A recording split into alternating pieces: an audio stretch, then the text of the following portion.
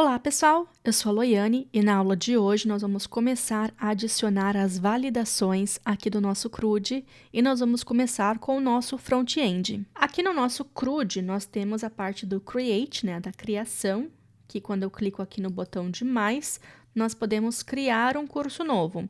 Se eu clicar aqui com salvar, olha, não tenho validação nenhuma e enviou para o back-end um curso sem categoria e um curso completamente em branco. E a gente quer evitar situações assim.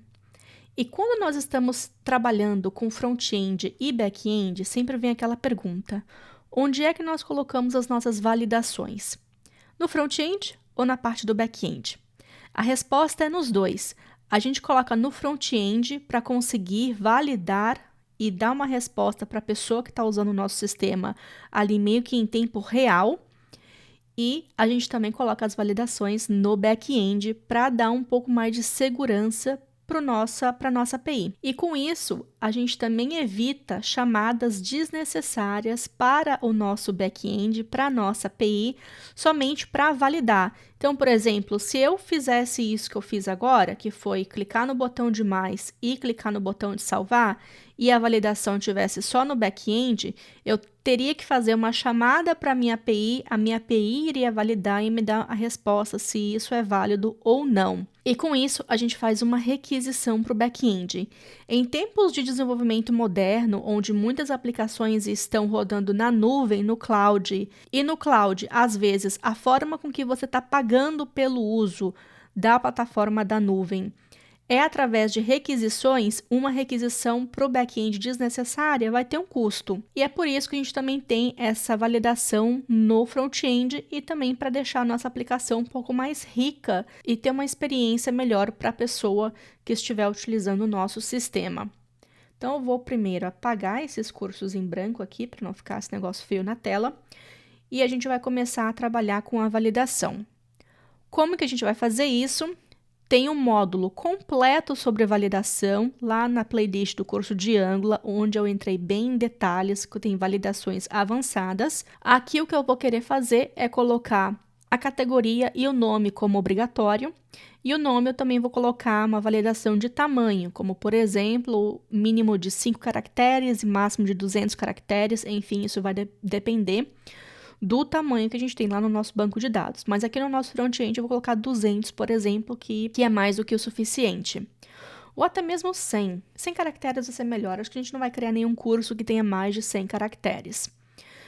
Vou voltar aqui então na documentação do Angular Material, porque na documentação é onde a gente geralmente acha aí várias coisas que a gente precisa.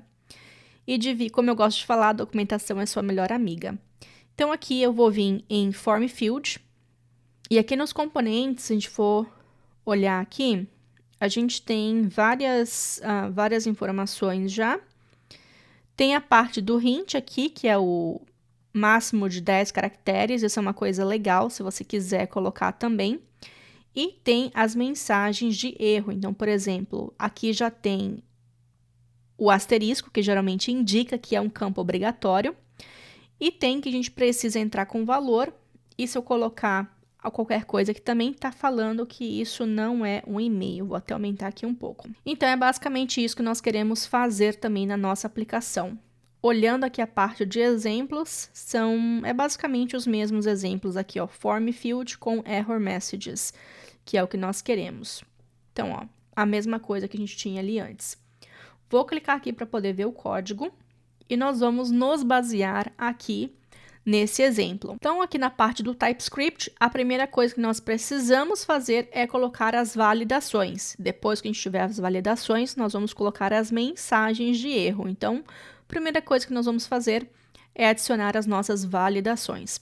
Lembrando que o Angular já tem validações prontas para a gente, como por exemplo, através dessa classe aqui, Validators. Então, como segunda opção aqui nos parâmetros, na hora de criar o nosso form control, nós podemos passar as validações, um array de validações. O ID não vai ter validação nenhuma, porque a gente não está mexendo com esse campo, é apenas para ajudar a gente na hora da edição. O nome, nós vamos adicionar aqui também um array. Então, eu vou abrir e fechar colchetes e vou colocar aqui os validators, que faz parte aqui do Angular Forms. E aqui em cima já adicionou também o import para mim. E nesse validators eu vou colocar o required. E no caso do nome, nós também vamos adicionar um min length. É a quantidade mínima de caracteres, você pode colocar 3, 5, o que você desejar. A última validação que eu vou colocar aqui, no caso de validators, vai ser o max length também, para não extrapolar a quantidade máxima de caracteres. E esse max length vai ser de 100, 200 caracteres, enfim, você pode colocar aí o valor que você desejar. Então, aqui eu posso até quebrar também para a gente poder ter essa informação aqui. E na categoria, eu também vou colocar aqui o validators e eu vou colocar o required. Com isso feito, eu vou voltar aqui no meu formulário e olha que legal, sem eu fazer nada no meu HTML, apenas colocando as validações aqui de required, o Angular Material já adicionou o asterisco aqui para mim. Então, essa é uma coisa bem bacana que eu acho do Angular Material, porque já é bem integrado com a API do próprio Angular e você não precisa colocar esses detalhes que geralmente você teria que fazer se estivesse utilizando alguma outra biblioteca de componentes. Se eu apenas colocar aqui o foco e remover o foco, já vai ficar vermelho. A mesma coisa com a categoria, coloquei o foco, removi o foco, ficou vermelho. Legal, é também um CSS que a gente não precisa se preocupar, que o Angular Material já traz pra gente. O que seria bacana colocar aqui também é a mensagem de erro, que é o que a gente vai fazer agora. Vou voltar aqui então para a documentação para ver como que a gente coloca essa mensagem de erro. Então, vou voltar aqui no HTML e tem aqui, olha, é um match error. E esse match error já deve fazer parte também aí do módulo de campos, né, do form field do Angular Material. Então, é basicamente isso que nós precisamos colocar aqui, ó. Se o e-mail for inválido, a gente pega qual que é a mensagem de erro e voltando aqui no TypeScript, se o e-mail tem um erro de required, coloca que você precisa entrar com valor. Se for um erro de e-mail, já que esse é um campo de e-mail e o Angular também tem uma validação de e-mail, fala que não é um e-mail válido. Então, a gente vai tentar fazer algo também aí bem semelhante. Então, a primeira coisa que eu vou fazer é colocar esse match error e vou copiar. Vou abrir aqui o HTML, que é o Course Form Component HTML, e eu vou colocar aqui logo debaixo do meu input. A primeira coisa que a gente precisa é uma referência para esse campo, e lembrando que a gente consegue a referência utilizando o método get lá do nosso formulário. Aqui o nosso formulário tem o nome de form mesmo, então aqui o que nós vamos fazer é form.get, passando o nome, que nesse caso é name, e aqui agora com o acesso ao campo inteiro, a gente consegue verificar se é inválido ou não. E olha que legal, o próprio Angular já adiciona aqui o operador else para a gente, porque se no momento que o Angular estiver renderizando HTML, se esse campo for nulo, já não vai dar nenhum erro. Então, é importante a gente colocar esse operador else aqui. E o próprio plugin do Angular aqui do Visual Studio Code já faz isso para mim. E outra coisa que a gente precisa fazer é essa mensagem de erro. E aí, nesse caso, nós vamos também criar um getErrorMessage aqui no nosso TypeScript também. Então, vou copiar, vou vir aqui no final. E lembrando que como nós estamos utilizando esse método no nosso template, esse método precisa ser público. Aqui, eu vou utilizar a mesma forma, como nós temos vários campos aqui no nosso formulário, é só 2, né? Mas como a gente poderia ter mais campos também, eu vou tentar deixar isso um pouco genérico. Caso vocês estejam fazendo um formulário maior, vocês podem tentar reutilizar esse código aí bem de forma genérica. A primeira coisa que eu vou precisar aqui é o nome do meu campo, então field name, que é do tipo string. E aqui eu vou criar uma constante e vou botar aqui que é um field, que é o campo, que vai ser o this.form.get, e aqui eu vou passar qual que é o campo. Com isso, a gente tem aqui um abstract control, né, que é um tipo de controle do Angular. Isso pode ser tanto um form control, como pode ser um form array, enfim. E aqui eu vou começar a fazer as minhas validações. Se o meu campo tem um erro, e esse has error você consegue verificar se ele tem um erro ou não. E o legal, de novo, que tá também adicionando aqui o operador para verificar se esse campo é diferente de nulo. Isso é uma coisa bem bacana que foi adicionada em versões mais recentes do TypeScript. E evita a gente ficar fazendo isso. Se o field é diferente de nulo e o field tem erro, né, não precisa mais desse código aqui, apenas utilizando aqui o ponto de interrogação para verificar se esse campo não é nulo. E eu vou verificar aqui quais são os meus erros. O primeiro erro que eu tenho é o required. Caso seja o required, eu vou retornar campo obrigatório. E você pode dar o nome que você desejar. Aqui, só para retornar algo caso não caia em nenhuma dessas opções aqui, que só tem uma opção por enquanto, eu vou colocar um erro. Ou você pode colocar campo inválido. Agora sim, a gente pode voltar aqui no nosso HTML e passar também aqui qual que é o nome do nosso campo, que é o name. Voltando agora aqui para o nosso front-end, vou clicar em nome, vou sair, já tem aqui o campo obrigatório. E se eu colocar aqui alguma coisa, volta a ser um campo válido. E aí não tem mais a mensagem de erro.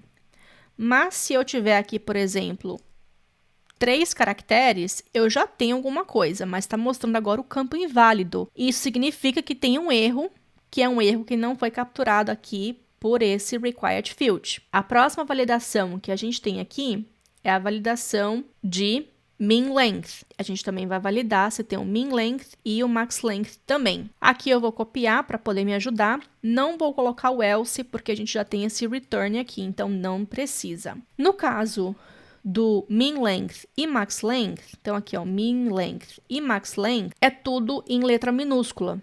Mesmo que aqui o nosso erro tenha aqui, ó, min length e max length. Isso aqui é apenas por conta da convenção do Angular. E aqui a gente precisa também pegar qual que é o tamanho necessário. Porque se eu estou digitando, eu quero saber que o tamanho mínimo é de 5 caracteres, por exemplo, para eu saber que eu tenho que digitar 5 caracteres. E para isso, eu preciso da quantidade de caracteres.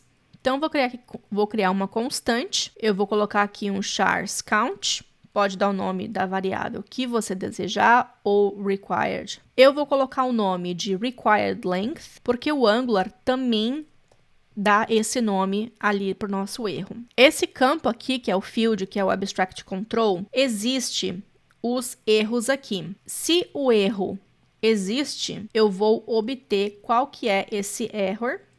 E aí, nesse caso, eu vou acessar a propriedade min length, e esse erro tem uma outra propriedade chamada required length, que é justamente qual que é o tamanho requerido. Se tem essa informação, a gente vai retornar o required length. Se não tiver, eu vou retornar um valor padrão.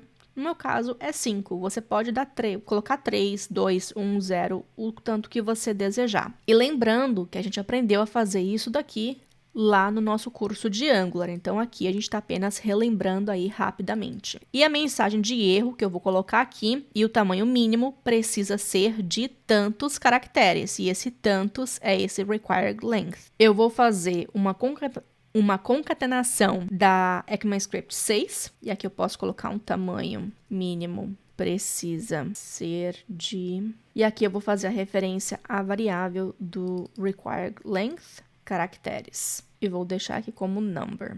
E aqui eu vou copiar e vou fazer o mesmo para o max length. Só que aqui eu só vou trocar o max length e aqui por padrão eu vou deixar 200.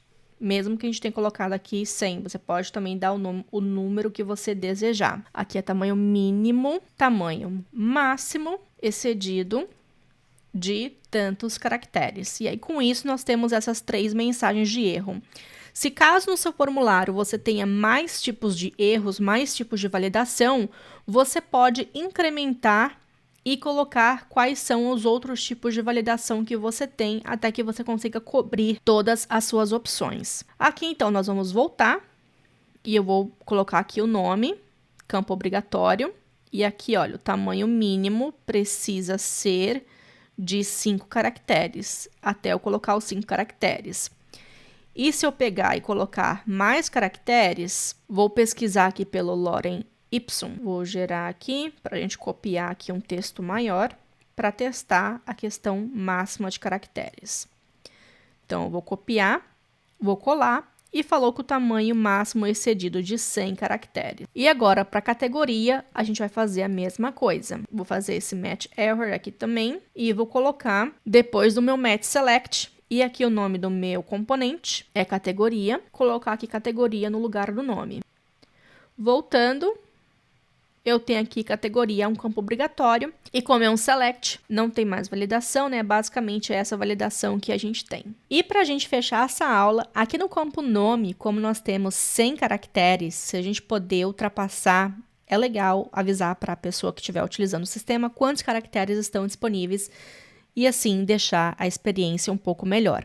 O Angular Material também tem esses hint labels aqui, que é justamente isso daqui, ó, o máximo de 10 caracteres e avisa quantos caracteres você já utilizou. Muito bacana isso.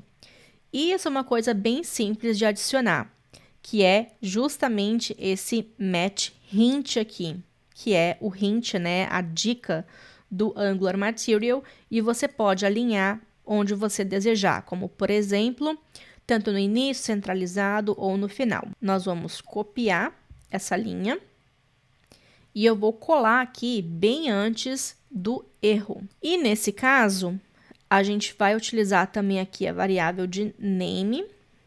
Então, eu vou colocar aqui qual que é o name. E aqui, o tamanho maior é de 100 que nós colocamos. Então, com isso, a gente tem aqui, ó, 12 de 100. Isso é bem legal para avisar para a pessoa quando ela está utilizando. E com isso, a gente completa a parte de validação no nosso front-end. E agora, quando o nosso front-end enviar uma requisição para o back-end, a gente sabe que essa requisição vai passar pelas validações do back-end sem problema nenhum, porque os dados já estão indo validados e estão ok. E quando a requisição chegar no nosso back-end, já vai passar por todas as validações que nós vamos colocar por lá também.